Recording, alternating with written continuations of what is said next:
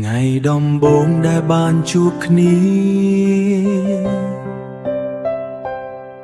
ជីវិតដូចទើបចាប់ផ្ដើមថ្មីឈ្មោះងួនសុធីនឹងជាតិគីមហៀងសរសែស្នេហ៍លើផ្លូវវាសនាចាប់វាសនាចាប់ដៃគ្នាឆ្លងកាត់ថ្ងៃវែងពីអតីតដល់សពថ្ងៃស្នាមញញឹមនៅតែដូចមុនមិនដែលបាត់បង់ពន្លឺនៃស្នេហ៍មិនចាស់ទេទោះពេលវេលាឆ្លងកាត់បេះដូងនៅតែភ្ជាប់ដូចថ្ងៃដំបូងជីវិតមួយនេះអ្នកទាំងពីរជាអំណោយសម្រាប់គ្រួសារនិងសម្រាប់យើង37ឆ្នាំមិនមែនត្រឹមពេលវេលា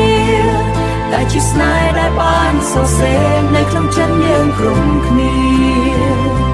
ចាប់ផ្ដើមពីអាជីកម្មលោកខោអាវនៅអូឡ িম্প ើជំហានតូចតែពោពេញក្តីសង្ឃឹមរកស៊ីឡានដឹកដៃដោយកម្លាំងនិងការខិតខំ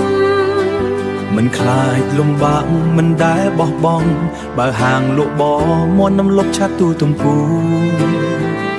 បង្កើតក្តីសុខក្នុងជីវិតរាល់ថ្ងៃពីការខិតខំទាំងអស់នោះ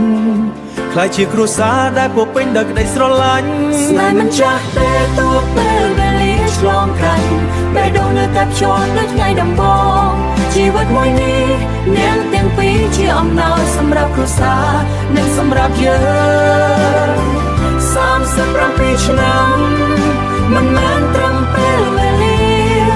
តែជាស្នេហ៍ដែលបានសរសេរនៅក្នុងចិត្តយើងគ្រប់គ្នាមានកូនប្រុសពីរនាក់ជាផ្លែផ្កានៃស្នេហ៍ដែលអ្នកបានថែរក្សាដោយបេះដូ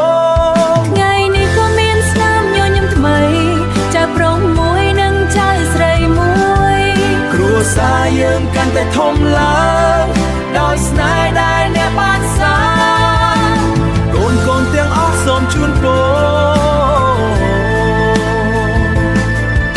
បាម៉ាក់ទាំងទ្វេឲ្យស្រឡាញ់គ្នាជារៀងរហូតស្នេហ៍មិនចាស់ទេទោះសងប្រែពណ៌ចិត្តនៅតែស្រស់ដូចថ្ងៃមុន37ឆ្នាំនឹងបន្តទៅមុខជាមួយស្នេហ៍មិនចេះអស់ជីវិតនេះយើងសូមជូនពរឲ្យអ្នកស្រឡាញ់គ្នារហូតដល់ថ្ងៃចុងក្រោយនៃពេលវេលាស្នេហ៍នេះរបស់ឪពុកងួនសុធីនិងម៉ាក់ជារៀងរហូត